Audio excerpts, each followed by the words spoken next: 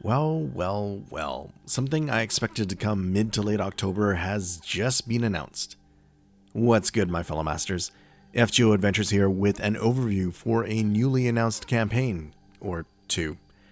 The Main Interlude for Imaginary Scramble Release Celebration campaign is scheduled to start October 7th at 2100 PDT, and last until October 31st, 2059 PDT. Just slightly earlier than what I had predicted in my recent SQ savings video, but I suppose it gives us something to do for a few days before the Halloween event. So, mainly for those that are relatively new to FGO, Imaginary Scramble is an event that ran in 2022 and contained a story that was important to the main overarching story of Fate Grand Order, and so it's being made available as a main interlude, which is to say that it will be permanently added to the Da Vinci shop under the Rare Prism Exchange section. Now, not to worry about Rare Prism costs, since once you meet the appropriate requirements, Imaginary Scramble can be unlocked from the Rare Prism shop for free. And the requirement to unlock this main interlude for free is simply to clear Lost Belt 4 Yuga Kshetra. Now for some things to keep in mind. Even if you played through the Imaginary Scramble event, this main interlude will still be available to you. And of course, if you claim the Holy Grail from when it ran as an event, completing this main interlude version of Imaginary Scramble will award a crystallized lore instead. Likewise, for the command codes obtained from the event, if you have them already, in exchange you will gain a Rare Prism or Mana Prisms instead. Oh, and for those playing Imaginary Scramble for the first time, then look forward to 3 new command codes. The 5-star command code Imperial Consort of the Heavenly Emperor has an effect that will increase the crit damage of the engraved card by 30% against enemies inflicted with the burn debuff.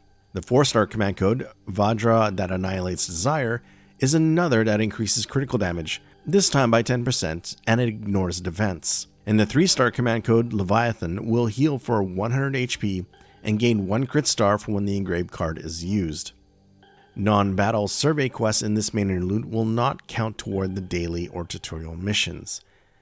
Evidently, the quest clear rewards and item drops will differ from the event version, and this being a main interlude, most of the event components were stripped out, so no free quests and the like. Selecting supports for the quests with battles will be from the normal lineups, not the lineups set to event. So since the main interlude has been simplified compared to the event version, here is a brief overview on how to progress through the Imaginary Scramble main story quest line. You will need to scan the map area by conducting Void Sea surveys. Initially, only one type of survey scan will be available to you, but others will unlock as you progress. Basically, they will offer different scan patterns of the area beyond just a square grid. As the area on the map you survey opens up, there will be 2 types of quests you discover. One with enemies that need to be defeated in order to clear, and the other with no enemies and just a treasure reward. Clearing these various Void Sea survey quests will allow you to accumulate Void survey points. There will be a gauge at the top of the map indicating how many Void survey points you have obtained. Once a certain amount has been reached, then the next part of the main quest will unlock, and then you go ahead and clear that, then repeat the process. A bit on using the Void Sea scanners. The areas you have scanned will show up as brighter sections on the map. And then you will note new scannable areas as indicated here. Shown here is a simplified example of how the scan pattern will affect the given area you choose. In the case of the square scan pattern, it will scan in every direction by 1 grid space. Different scan patterns will offer various ways to open up the map. And as a change from the event version, no resources will be consumed when scanning. At certain points on the map that you've scanned, you will notice ripples in areas with unexplored sections. This indicates that a treasure quest is near. As you continually scan, you will notice shadows of enemies, indicated here in red highlights. This indicates a battle-type Void Sea survey quest is close by, if it hasn't already been directly discovered.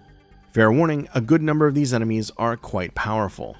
Fortunately, there is a special feature to call for backup during these enemy encounters.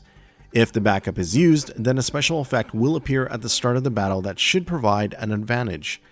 Different backups provide different effects, and you will be able to see the description of them at the backup selection screen. Other than the release of Imaginary Scrambles and Main Interlude, There will also be an AP cost reduction to 1/4 of what they were normally. This will apply for the main story Part 2, Lost Belt 1 through to Lost Belt 6, and this will last until the end of the campaign on October 31st. Do note, this does not include the Part 1.5 Epic of Remnants story chapters, nor the FGO LB 5.5 story chapter.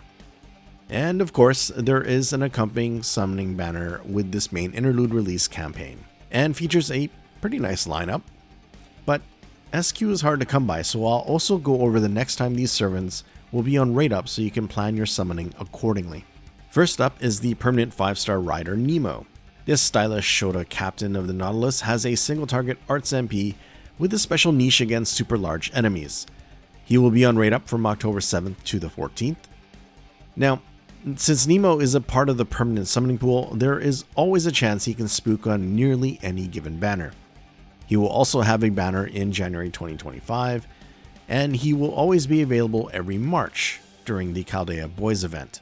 So it's pretty safe overall to wait for another time if he is someone you eventually want to obtain. His SR partner is the limited Saber Frankenstein. This adorable summer version of Fran dishes out single target quick damage with a 20% chance to inflict a delayed AoE stun effect. She will also be available to summon in July 2025, and then again in April of 2026. Next on the banner rotation is the limited SSR Foreigner Van Gogh. This cutely awkward and quirky painter has a support type Arts MP that debuffs the enemy and provides a number of buffs to the party, including some really nice crit damage increases. She will be available from October 9th to the 16th. Van Gogh currently has one known feature banner in July of 2025, so roughly 9 months or so if you opt to skip this time. But at least there is the option to wait if Van Gogh is someone you're targeting. And the SR paired with her is none other than the limited Lancer Samuraiko. This shadow prefect version of Mamaraiko is a single target buster type with some support and crit damage capability. She has one currently known banner in the future, which is in January of 2026. And last to appear on the rotation is the SSR Foreigner Yang Gufei. This Pippa playing waifu possesses a single target Arts MP that can hit pretty hard against enemies debuffed with the burn effect. She will be on rate up from October 11th through to the 18th. July 2026 will be when she is next available on a banner. Quite a long time to wait if you want her. But hey, I suppose you can count us on NA as lucky since Yang Gufei was not on the rate up when this main interlude campaign happened on JP.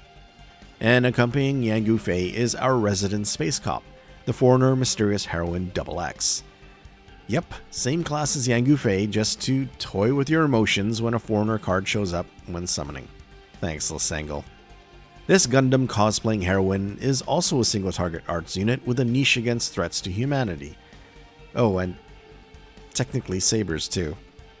So I suppose if you roll with the objective to secure an Arts ST Foreigner, then your chances are relatively good. I do want to point out that MHXX at MP1 does considerably more damage than MP1 Yang Gufei does, outside of her burn damage modifier. At any rate, MHXX has a few future banners, one in January 2025, May 2025, June 2025, and August of 2026. So plenty of opportunities to roll for MHXX. And those are the highlights to this Imaginary Scramble main interlude release campaign. I'm actually quite excited to replay this since I really enjoyed the story, and the whole scanning exploration mechanic was fun for me. Fortunately, we can take our time with it and go through it whenever there is a lull in game content. Oh, and playing through the Imaginary Scramble story should net you 19 Sane Quartz from Quest first clears. So there's also that to look forward to. But wait, there's one more campaign to go through. Sort of overshadowed by the Imaginary Scramble announcement is the pre-release to the Halloween Rebellion event. It will run from October 7th to the 27th. Though I gotta say, as far as pre-release campaigns go, this one's on the lighter side. For the duration of the campaign, all of the Ember Gathering and Training Ground quests will be simultaneously available. So instead of waiting for a particular day of the week for a certain class, all of them will be unlocked together for a bit of convenience. And aside from that, it's really just a couple of notices regarding the upcoming Halloween event. We get a bit of a teaser of the new servant coming out, Assassin of Mount Liang, and then a heads up on which servants will have an event bonus. That said, there are quite a few on the list, so it's kind of nice to know in order to do any prep like leveling them up. In fact, I may take this opportunity to do just that for a couple of these servants that I've been neglecting. And that's it for the Halloween pre-release, and ultimately the end of this video. I hope this overview of these campaigns was helpful in some way. Please don't forget to hit that like button to support the channel. That is always greatly appreciated. Thank you for watching, and until the next one, cheers!